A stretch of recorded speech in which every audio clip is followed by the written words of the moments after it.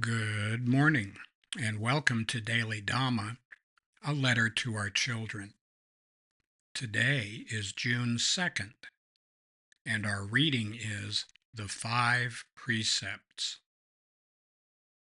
One digs up one's own root here in this very world if one kills, lies, steals, goes to another's spouse, or gives oneself up to drink and intoxicants. Good person, know this. Evil traits are reckless.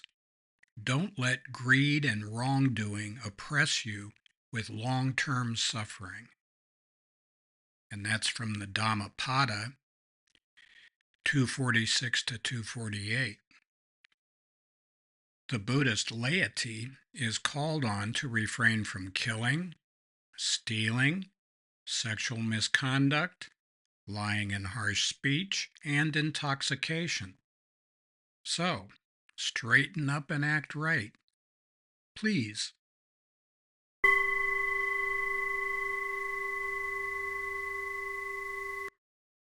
The problems in our life come from actions that we take. That's our own actions. It's not from demerits that we get from being a member of a certain religious group or a certain racial group or from a certain country or any of the other identity politics stuff. We're on the hook for our own behavior. And these five precepts are something that are very important for us to adhere to if we want to live a life that's useful to other people. Just a reminder, the five precepts, on the 24th of every month, we discuss the precepts and or the deadly sins. There's 5 precepts and 7 deadly sins. And on the 25th, we take a look at the opposite. On the 19th and 20th, we do scouts, or our version of the scouts, and other steps that we can take that will improve our life. In any case, the whole point of this practice is for us to study our mind, calm our mind, tame our heart, and be of service to other people. And a good head start on that is to not kill, steal, act up sexually, lie and rabble-rouse, or get intoxicated. And that seems like small enough a price to pay. Of course, the Eightfold Path also outlines some other things that we need to do, and that's the point of this whole deal. The 5 precepts are at the bottom of a pyramid that starts with the 4 noble truths. There is suffering. Suffering is caused by attachment.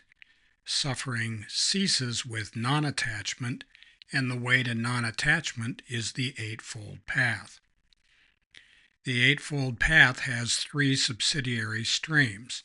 They are wisdom or panya, sila or ethical conduct, and samadhi, which some people call concentration, or they call it meditation, or they call it mental discipline.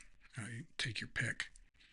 Anyway, sometimes you see that in a different order, and it starts with sila, goes to samadhi, and goes to panya, but it doesn't matter because the 3 work together as a system. And at the bottom of that are the 5 precepts for the lay Buddhists. Monastic orders follow the Vinaya, the precepts that are set out for monks and nuns, and there are different levels of that, and those vary from sect to sect. We're not going to get into that too much. But we will say, the Buddha didn't say, go ahead and do whatever you want all the time. So happy trails to you until we meet again.